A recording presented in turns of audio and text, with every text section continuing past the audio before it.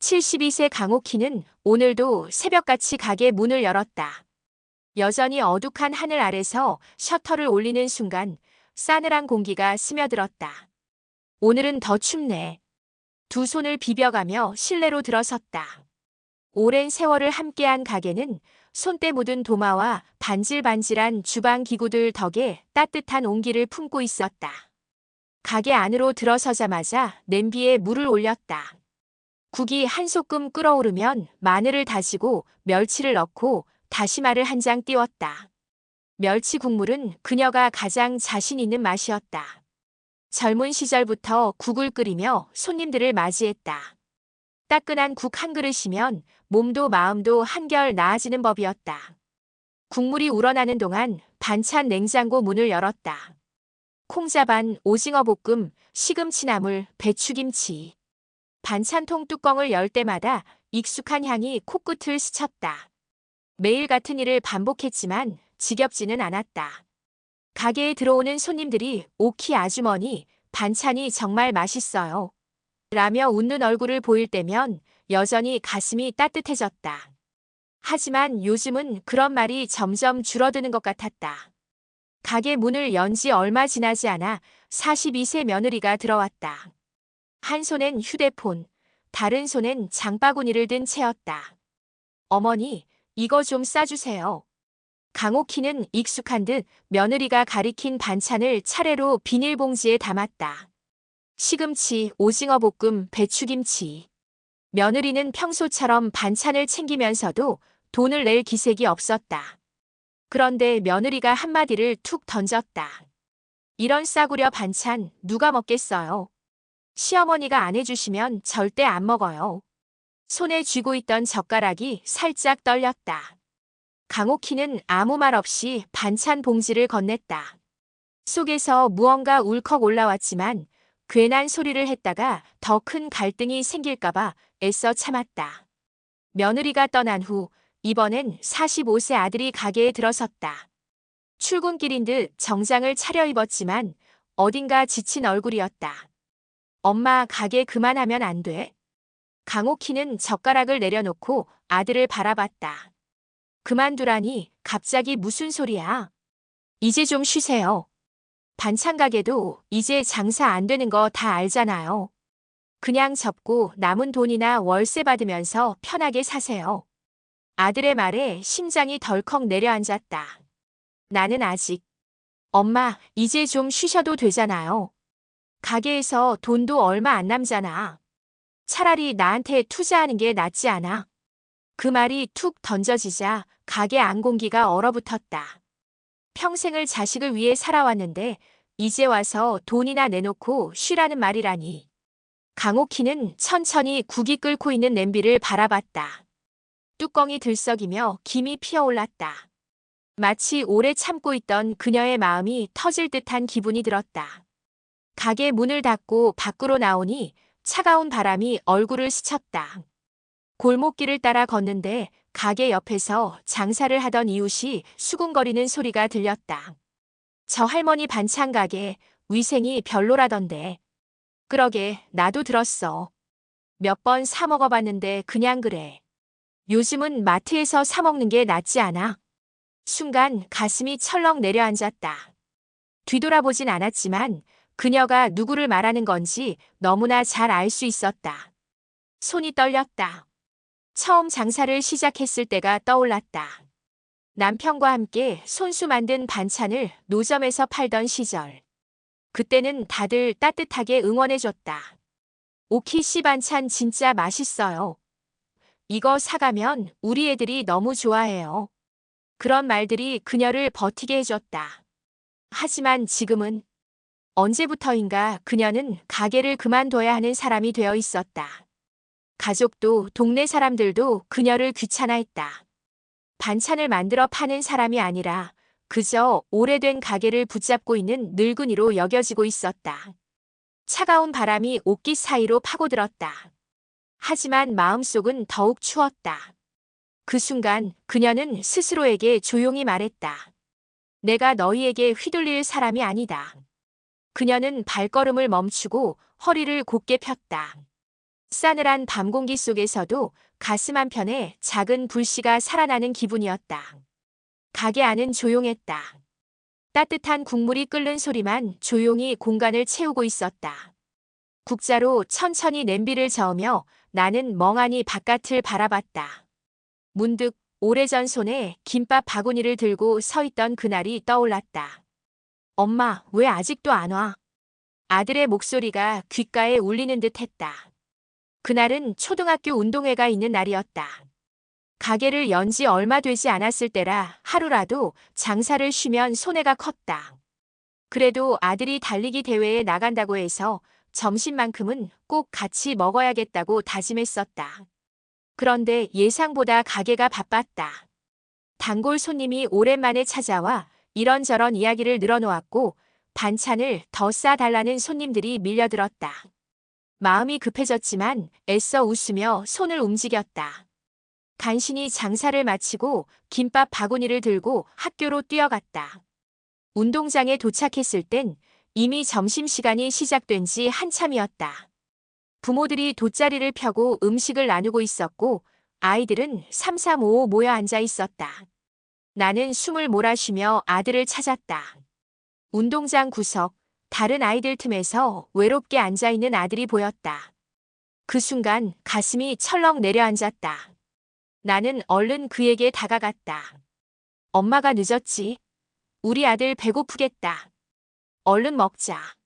바구니를 열어 김밥을 꺼내려는데 아들이 고개를 숙이며 작게 중얼거렸다. 엄마, 친구들 앞에서 그러지 마. 나는 순간 손을 멈췄다. 아들은 눈도 마주치지 않은 채 몸을 돌려 친구들 쪽으로 걸어갔다. 그제야 주변을 둘러봤다. 다른 부모들은 가지런히 정리된 도시락과 예쁜 과일을 꺼내놓고 있었다. 깔끔한 정장을 입은 아버지들, 차려입은 어머니들이 아이들과 다정하게 도시락을 나누고 있었다. 그 속에서 낡은 앞치마에 손때 묻은 바구니를 든 내가 있었다. 그날 처음 알았다. 우리 아들이 내일을 부끄러워하고 있다는 걸. 나는 김밥을 다시 바구니에 넣고 자리에서 천천히 일어섰다. 가게로 돌아가는 길 가슴 한쪽이 묵직하게 가라앉았다. 괜찮아. 그래도 엄마는 널 위해 계속 일할 거야. 오키야, 우리 아들만큼은 고생 안 시키자. 남편은 병실 침대에 누운 채 힘겹게 내 손을 잡았다. 창밖엔 희미한 햇살이 깔려 있었다. 나는 그의 손을 꼭 쥐고 애써 웃었다. 이제 곧 괜찮아질 거야. 하지만 그는 아무 대답이 없었다. 나는 마지막까지도 남편이 살아날 거라고 믿고 싶었다. 하지만 결국 남편은 조용히 눈을 감았다. 그가 떠난 후에도 나는 가게를 접지 않았다. 오히려 더 악착같이 일했다. 남편과의 약속을 지키기 위해서라도, 아들을 위해서라도. 아침마다 새벽 시장을 돌며 신선한 재료를 사고 하루 종일 반찬을 만들었다. 손이 부르트도록 김치를 담갔다. 돈이 생기면 아들에게 필요한 것들을 사주었다. 옷, 참고서, 학원비. 아들이 원하는 것은 뭐든 해주고 싶었다. 하지만 아들은 점점 변해갔다.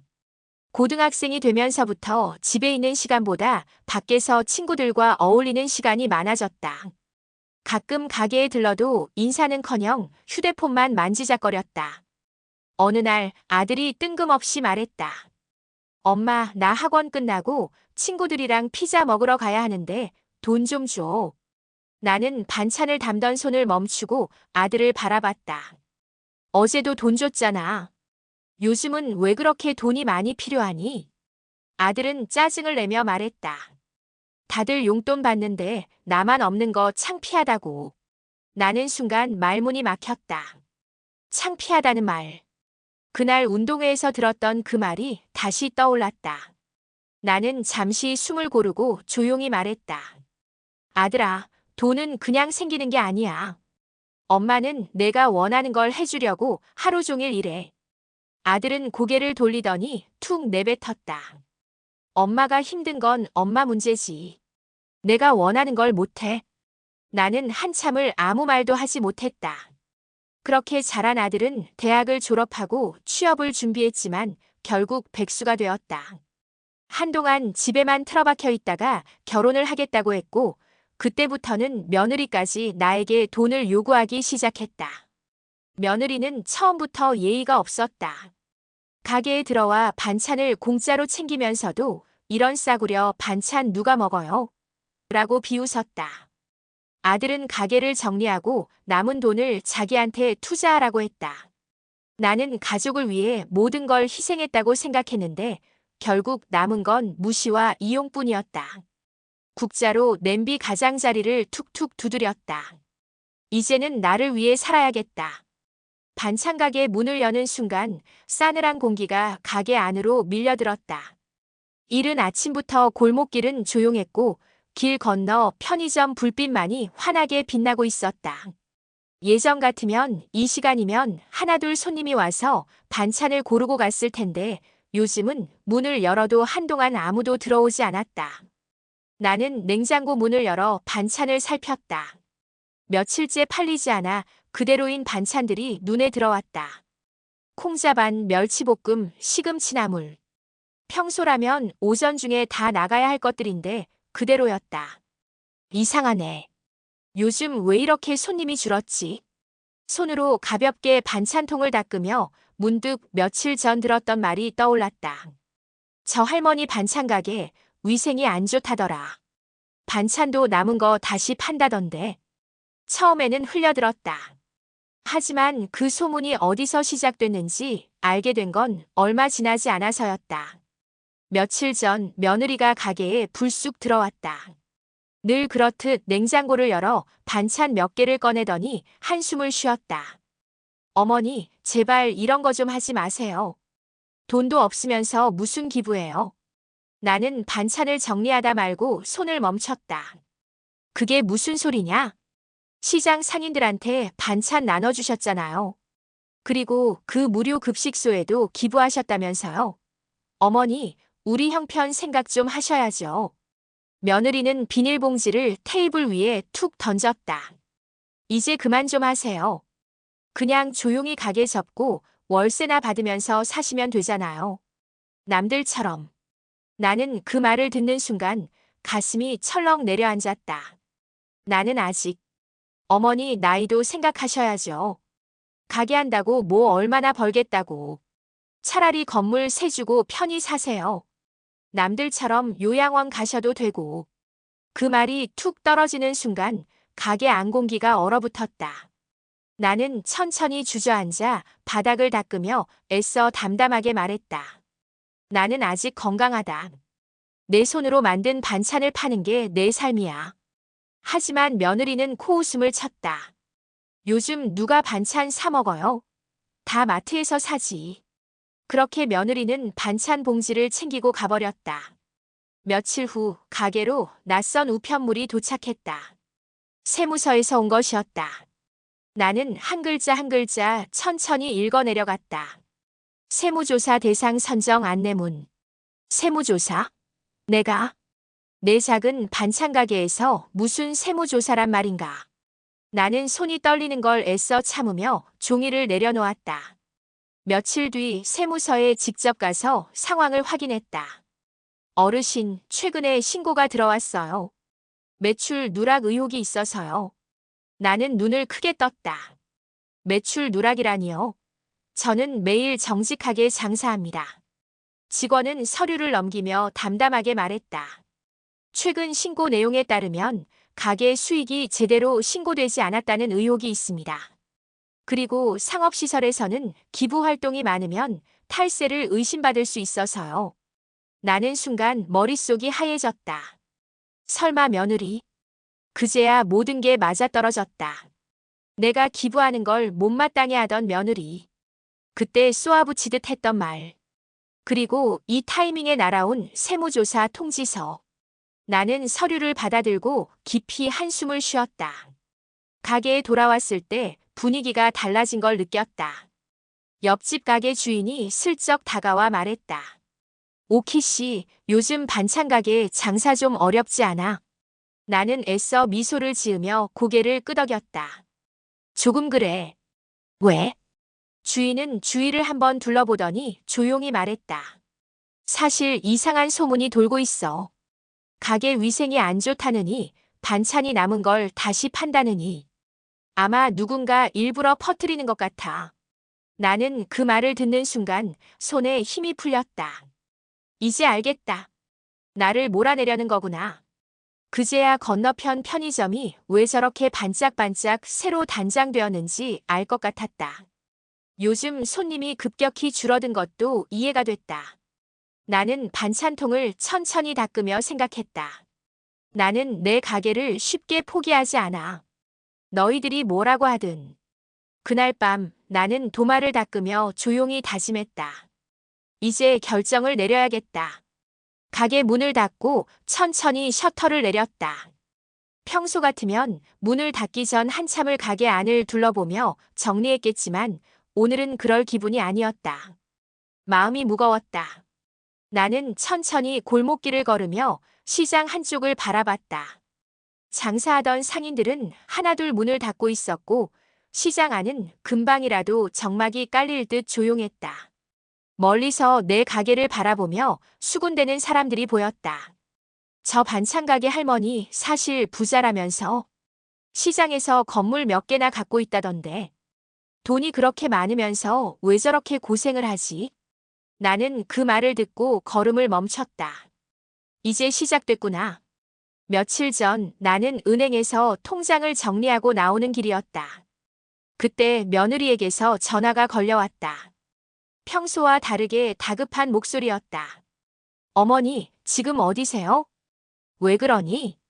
어머니, 저랑 아들이랑 얘기 좀 해요. 중요한 얘기니까 집에서 봬요. 불길한 예감이 들었다.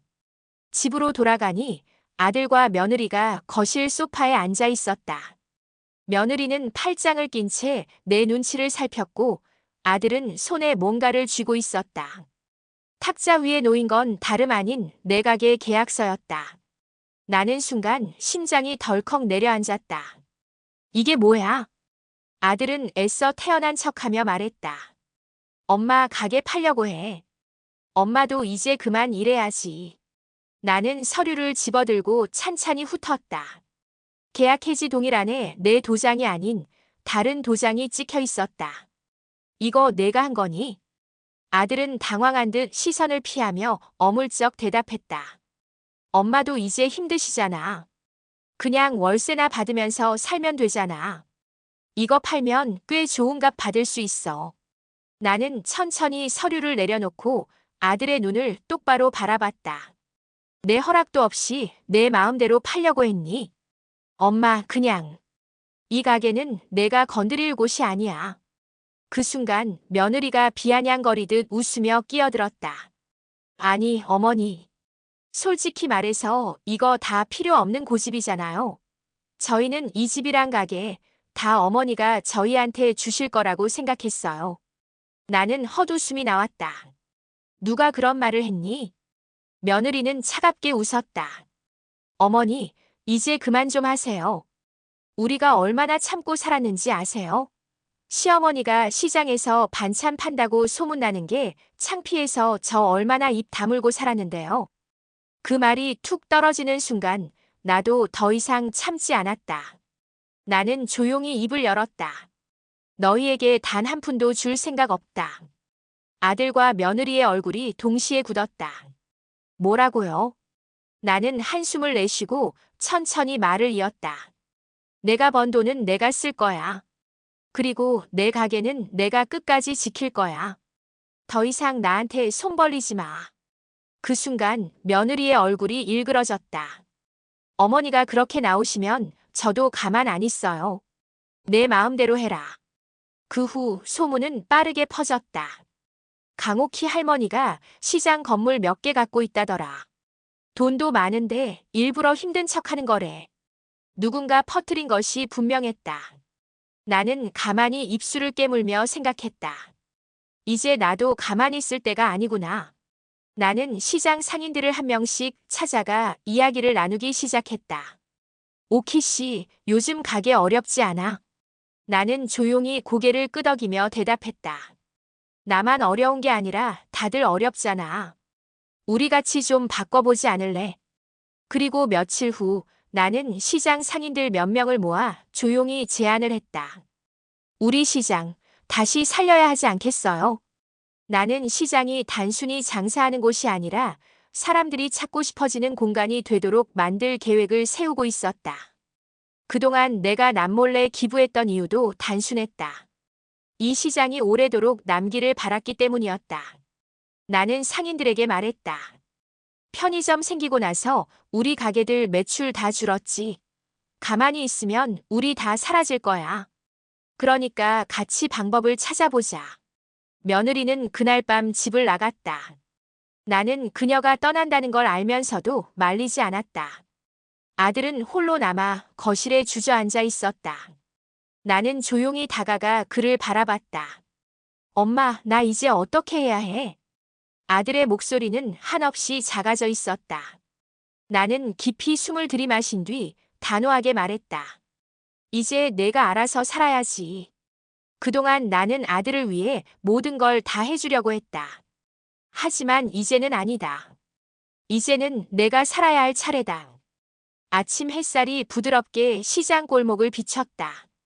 가게 앞에 나와 셔터를 올리며 깊게 숨을 들이마셨다. 언제부턴가 시장을 덮고 있던 싸늘한 기운이 조금씩 사라지고 있었다. 나는 반찬 냉장고를 열어 한참을 바라봤다.